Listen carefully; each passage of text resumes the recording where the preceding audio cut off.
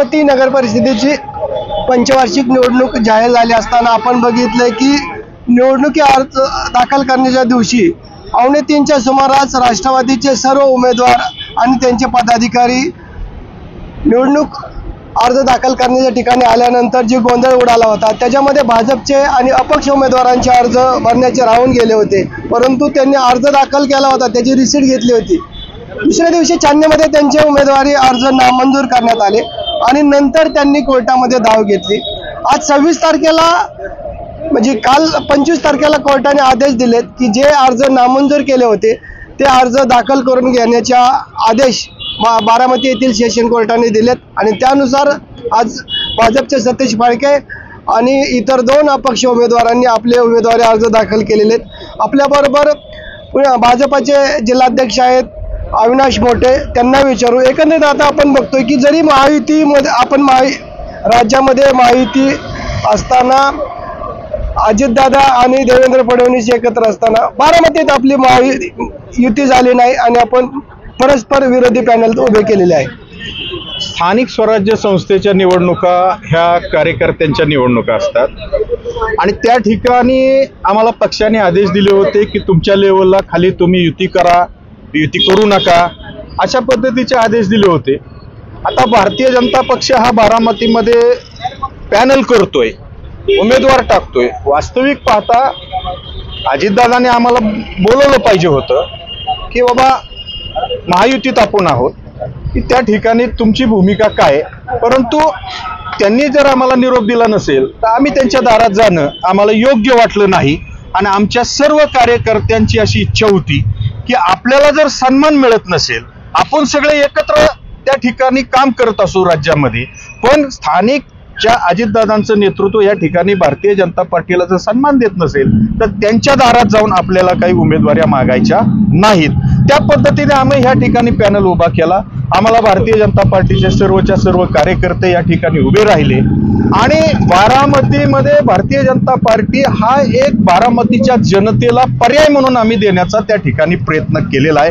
आणि मला खात्री आहे की अजितदादा जरी म्हणत असतील की आम्ही बारामतीचा विकास केला, आजचा जो दिवस आलेला आहे हा दिवस का आला की जर खरोखरच अजितदादांना त्यांच्या विकासावर त्या ठिकाणी मतं मागायची होती तर त्यांनी उमेदवारी भरायच्या शेवटच्या दिवसापर्यंत त्यांचे उमेदवार गुलदस्त्यात ठेवण्याचं कारण का, की त्यांना माहिती होतं की आपण जर समजा अगोदर पॅनल उभा केला तर त्या ठिकाणी आपल्या पक्षातील अनेक लोक त्या ठिकाणी नाराज होतील आणि नाराजीचा फटका। या संदर्भात आपण पक्ष सेशनकडे तक्रार केली होती।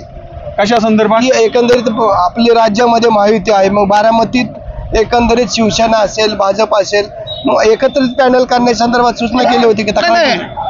आम्ही आमच्या ज्या नेतृत्वाने सांगितलं होतं की तुम्हाला पूर्ण अधिकार आहे, खाली तुम्हाला जर युती करायची असेल तर करा, तुम्हाला सेपरेट लढायचं असेल तर लढा। त्या ठिकाणी कार्यकर्त्यांची निवडणूक आहे, कार्यकर्त्याला जर ताकद दिली तर त्या ठिकाणी पक्ष वाढतो आणि म्हणून त्या ठिकाणी आम्ही निर्णय घेतला की आम्ही भारतीय जनता पक्षाचे सर्वच्या सर्व उमेदवार उभे करणार। शरद पवार गटाचे युवा नेते युगेंद्र पवार यांनी असा आरोप केलेला आहे की उमेदवारी अर्ज माघारी घ्यायला आणि विरोध होण्याकरिता 20-20 लाख रुपये वाटप करण्यात आले।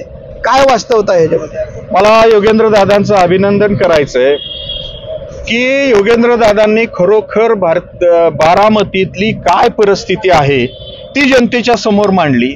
वास्तविक पाहता पवार साहेब आणि अजितदादा हे वेगळे झाल्यानंतरची नगरपालिकेची निवडणूक ही पहिल्यांदाच होती आहे आणि मग पहिल्यांदाच निवडणूक होत असताना पाठीमागच्या काळामध्ये दादा आणि साहेब काय करत होते हे योगेंद्र दादांनी समाजाच्या समोर आणलेलं आहे। त्यामुळे त्या गोष्टीसाठी मी योगेंद्र दादांचं अभिनंदन करतो की खरी राष्ट्रवादीची जी काही हुकुमशाही आहे, जी काही राष्ट्रवादी काँग्रेस पैशाच्या जोरावर काय काय करू शकते हे योगेंद्र दादांनी बारामतीच्या मतदारांच्या समोर आणलेलं आहे। त्याच्यामुळे मी त्यांचं अभिनंदन करतो। अजितदादांनी बारामती शहराचा केलेला विकास तर आपल्याला मान्य करावा लागेल। एकंदरीत आपण बघतोय की बारामतीचे जी काही स्वच्छता असेल किंवा इमारती असेल किंवा कामाच्या बाबतीत चटापटिपा याला तर तुम्ही दाद देताल?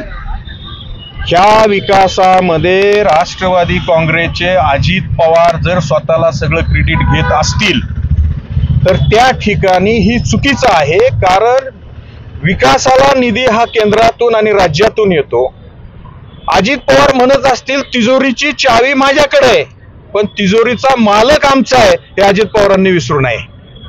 येणाऱ्या आता निवडणुकीमध्ये तुम्ही कुठले मुद्दे घेऊन सामोरं जाणार आहात? बारामतीमध्ये चाललेली हुकुमशाही, बारामतीमध्ये चाललेला ठराविक ठेकेदारांचा आणि नेत्याचा जो काही विकास चाललेला आहे, विकासाच्या नावाखाली बारामती जनतेमध्ये जी काही प्रचंड प्रमाणात घरपट्टीच्या माध्यमातून शास्ती घेतली जाते, ती शास्ती माफ झाली अशा पद्धतीचं सांगितलं जातं. परंतु आज देखील नगरपालिकेमध्ये तुम्ही घरपट्टी भरायला जा, त्या ठिकाणी शास्ती ही भरावीच लागते. म्हणजे लोकांच्या जमिनी घ्यायच्या, कुठलाही टीपी प्लॅन सँक्शन न करता जमिनी ॲक्वायर करायच्या, लोकांना त्याचा मोबदला द्यायचा नाही. हा मोबदला अजित पवारांना त्यांच्या घरातनं द्यायचा नाही, तो शासनाच्या वतीनं मोबदला द्यायचा आहे. तरी देखील अजितदादा बारामतीतल्या जनतेच्या जमिनीचा मोबदला का देत नाही, हा प्रश्न बारामतीतली जनता मताच्या रूपानं आता अजितदादांना विचारल्याशिवाय राहणार नाही. आपला अर्ज नामंजूर केला होता, आपले बरोबर सतीश फाळके आहेत, 7 दिवस आपले वाया गेलेले आहेत.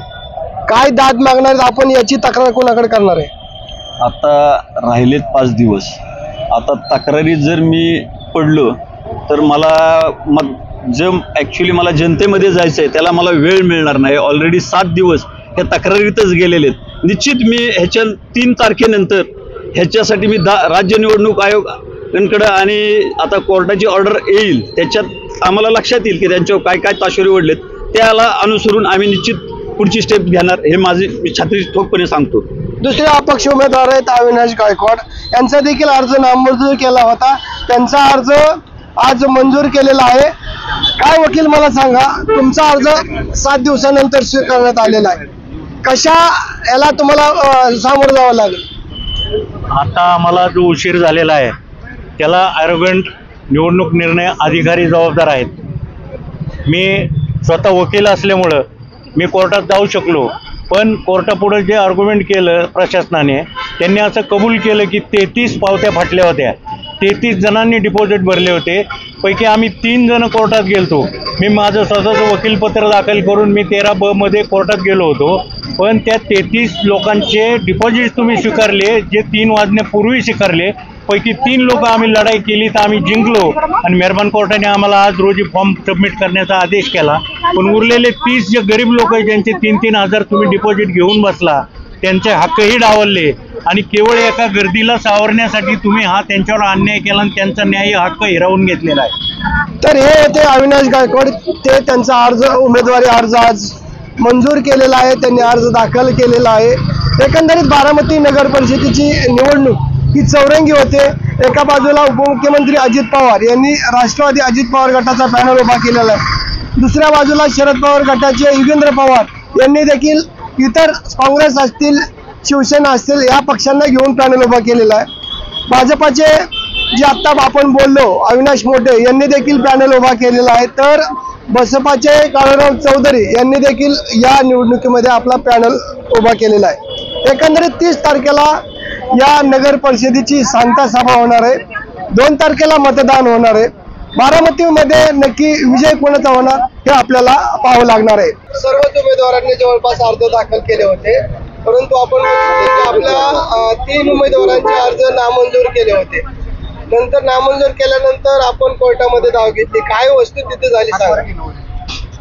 भारतीय जनता पार्टीचे प्रभाग 17 मधले उमेदवार आमचे सतीशराव फाळके यांचा फॉर्म आम्ही त्या ठिकाणी भरण्यासाठी गेलो असताना त्या ठिकाणी राष्ट्रवादीचे सर्वच्या सर्व उमेदवार आणि सूचक 2:45 वाजता आलते. आमचे त्या ठिकाणी आम्ही सतीशराव फाळके त्या ठिकाणी उमेदवार होते, त्यांना त्या ठिकाणी बाहेर काढण्यात आलं आणि त्यांचा फॉर्म त्या ठिकाणी स्वीकारण्यात नाही आला. या ठिकाणी असं म्हटलं जातं की अजितदादांचं प्रशासनावर भरपूर कमांड आहे, ते प्रशासनाचं वरचं कमांड कशा पद्धतीनं चुकीचं वापरलं जातं हे बारामतीच्या जनतेने पाहिलेलं आहे आणि त्यासाठी आम्ही न्यायालयात गेलो. आमचा न्याय व्यवस्थेवर विश्वास होता आणि न्यायालयाने काल आमच्या बाजूने निकाल दिला आणि त्या ठिकाणी प्रभाग 17 मध्ये आमचे सतीशराव फाळके यांचा फॉर्म स्वीकारण्यात यावा अशा प्रकारची ऑर्डर केली आणि न्याय आज संविधान दिवस आहे, त्या संविधान दिवशी आम्हाला न्याय मिळाला. आम्ही त्या ठिकाणी न्यायालयाचं आभार मानतो. आणि या ठिकाणी कुठले एव्हिडन्स आपण सादर केले होते? त्या ठिकाणी आमचे उमेदवार, त्या ठिकाणी आम्ही उमेदवारासाठी जी काही फी असती ती फी भरली होती. उमेदवारांनी फॉर्म चेक केले होते. वास्तविक पाहता ज्या वेळेस फी भरली जाती त्यावेळेस त्यांनी उमेदवारांना टोकन देण्याची गरज असते. त्या ठिकाणी टोकन देऊन उमेदवारांना नंबर त्या ठिकाणी द्यायचा असतो. परंतु या ठिकाणी जी काही अधिकाऱ्यांवर असणारा वचक किंवा अधिकारी आपल्या ताब्यात ठेवणे ही जी काही राष्ट्रवादीची अनेक वर्षाची परंपरा आहे, ही परंपरा आज भारतीय जनता पार्टीचे उमेदवार सतीशराव फाळके यांनी मोडीत काढली. आणि ह्या प्रशासनाच्या विरुद्ध आम्ही न्यायालयात गेलो आणि न्यायालयाने आम्हाला योग्य तो न्याय देऊन आमचा त्या ठिकाणी फॉर्म स्वीकारला. सतीश फाळके आपल्या बरोबर काय तुमचा अर्ज नामंजूर केला होता, काय आज तुमचा अर्ज स्वीकारलेला आहे? जो माझ्यावर अन्याय केला होता आणि ज्या पद्धतीने एकाधिकारशाही आणि हुकुमशाहीचं प्रदर्शन बारामतीकरांना घडवण्याचा प्रयत्न केलेला होता, त्या एकाधिकारशाहीला आणि जो अन्याय केलेला होता त्याला न्याय द्यायचं खऱ्या अर्थाने काम माननीय सेशन कोर्टाने केलं. त्याबद्दल मी प्रथमतः सेशन कोर्टाचे, आणि आज संविधान दिवस आहे, त्या संविधाना दिवशीच खऱ्या अर्थाने लोकशाहीमध्ये कसं संविधानाचा न्याय दिला जातो त्याचं मी स्वागत करतो कोर्टाचं. आता एकंदरीत आपण जी लढाई बघतोय की जरी तुमची महायुती असली तरी बारामतीमध्ये महायुती विरुद्ध अजित पवार अशी लढाई होती. बऱ्याचशा ठिकाणी जरी राष्ट्रवादी पार्टीचे सर्वेसर्वा, महाराष्ट्राचे उपमुख्यमंत्री, आमचे नेते, महाराष्ट्राचे मुख्यमंत्री देवेंद्र फडणवीस हे जरी एकत्र येऊन काम करत असले तरी आमची विचारधारा ही वेगळी आहे. आमची विचारधारा हिंदुत्वाची आहे आणि ती हिंदुत्वाची विचारधारा वाढवण्यासाठी आम्ही आमच्या पद्धतीने भारतीय जनता पार्टीने इथं काम चालू केलेलं आहे. आणि वरिष्ठांनी आम्हाला असं सांगितलं होतं की तुम्ही तुमचा निर्णय स्थानिक पातळीवर घ्या. त्या पद्धतीने आम्ही आमचा निर्णय स्थानिक पातळीवर घेतलेला असून आम्ही हिंदुत्वाची लाट निर्माण करण्याचा प्रयत्न करणार आहे. आणि कालही माननीय देशाचे पंतप्रधान नरेंद्र मोदी यांनी अयोध्येमध्ये जो भगवा ध्वज फडकावला त्या ध्वजाचं खऱ्या अर्थाने रामराज्य चालू झाले असं मला म्हणावं असं वाटतं. तुम्ही उमेदवार म्हणून पहिल्या दिवशी तुमचा फॉर्म स्वीकारला नाही, काय नुकसान झालं उमेदवार म्हणून तुमचं? आज माझं खूप मोठं नुकसान झालेलं आहे, कारण मला प्रचाराला अवधी मिळालेला नाहीये. जवळजवळ 6 ते 7 दिवस माझे प्रचारात वाया गेलेले आहेत. आता मला इथनं पुढं अजून 2 दिवस अजून जाण्याची शक्यता आहे, कारण त्यांनी अजून स्क्रुटिनी केलेली नाहीये, फॉर्म विड्रॉल केलेले नाहीयेत. त्याच्यामुळं मला प्रचाराला थोडं थांबावं लागतंय. पण निश्चित मला खात्री आहे की जो माझ्यावर अन्याय केलेला आहे, जी मी अर्धी लढाई आज जिंकलेला आहे, पण उर्वरित लढाई जो माझ्यावर अन्याय केलेला आहे ती जनता हातात घेऊन जनता मला निर्णय देईल आणि मी जनतेच्या दरबारात जाऊन न्याय मागणार आहे. मला जनतेवर विश्वास आहे की तो छातीटोपपणे जनता माझ्यासारखा निर्णय घेईल. अन्याय कोणी केला? माझ्यावर अन्याय प्रशासन आणि जो तिथं गोंधळ उडाला आणि राष्ट्रवादीची एकाधिकारशाही आहे त्यांनी जो अन्याय केला त्या अन्यायाविरुद्ध मी लढण्यासाठी जनतेच्या ह्याच्यात जाणार आहे, दारात जाणार आहे. कोणत्या ग्राउंडवर ती इलेक्शन पिटिशन दाखल केलं? मी इलेक्शन पिटिशन ज्या ग्राउंडवर दाखल केलं, प्रथमतः मी तिथं 2 वाजल्यापासून उपस्थित होतो.